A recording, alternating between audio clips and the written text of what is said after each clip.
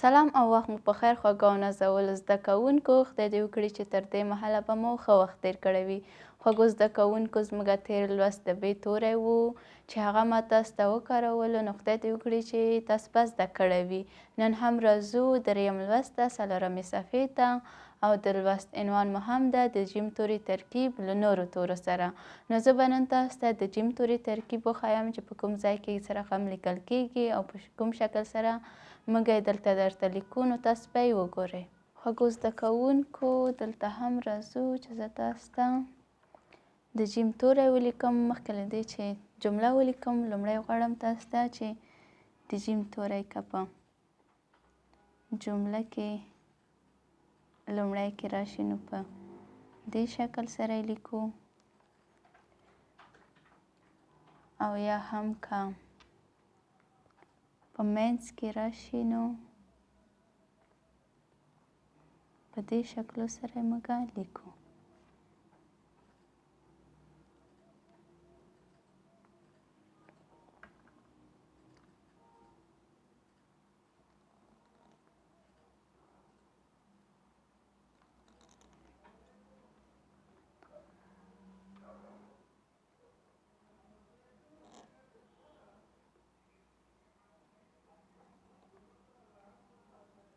دا هم که د جملې په مابینځ کې د جیم توری یا د ه توری راشي، نو په دې شکل سره یې موږ لیکو.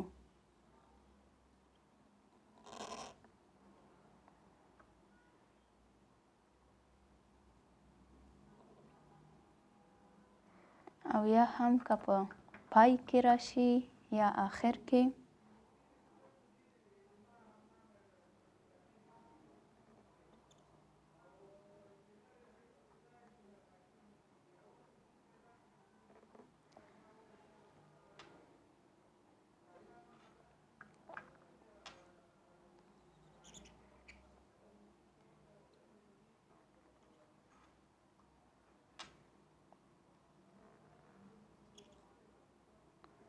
دا هم که د جملې په پای کې راشي.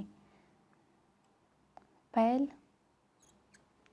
دا هم هغه جیم ده چې په منځ کې راشي، او دا هم په پای کې راشي.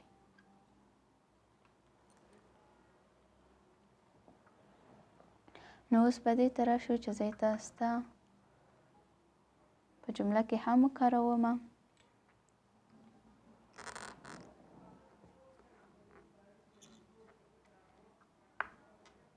که د جهل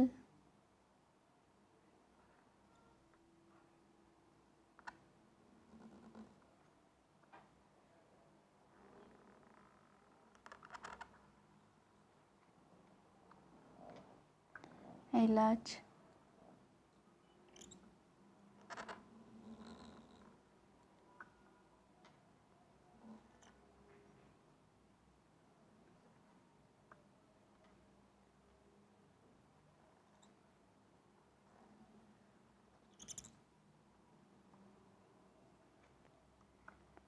غواړي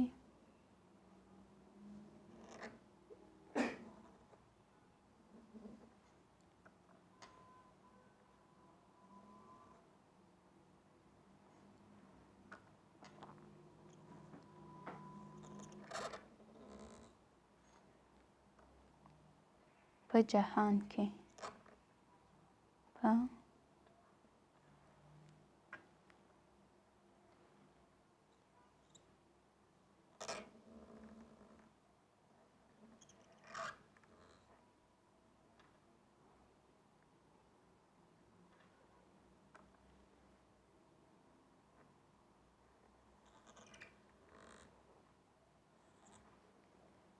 بې له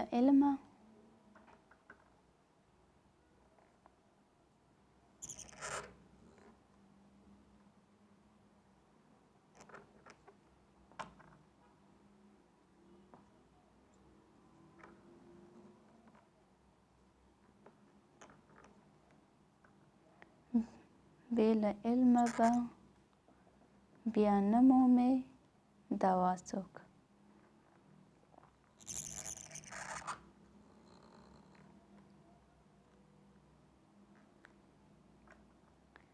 نه مومي.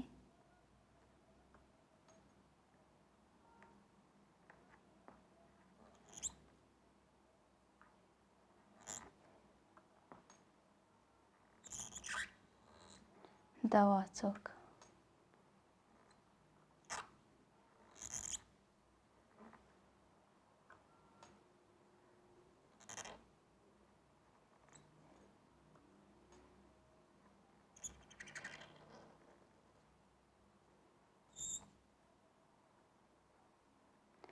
خوږو زده کوونکو دا هم دا جمله وه چې ما تاسو ته ولیکله.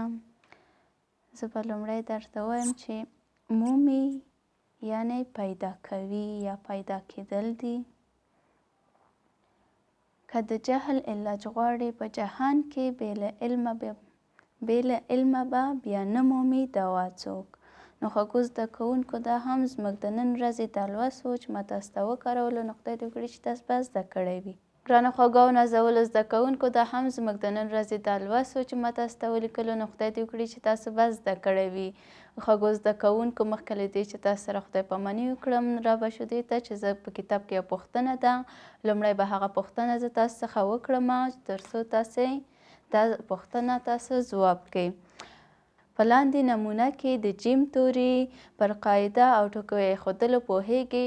نو خوږو زده کوونکو دا هم ستاسو کارخانګي یا کورنۍ دنده ده چې تاسو باید دا پوښتنه ځواب کړئ او ځواب یې موږ ته په کومنټ کې راواستوئ. که تاسو کوم انتقاد او پیشنهاد لرئ نو هغه موږ سره په کومنټ کې شریکولی شئ. نو د نورو ویډیوګانو د ترلاسه کولو لپاره زموږ یوټیوب چینل در سره لایک او سبسکرایب کړئ.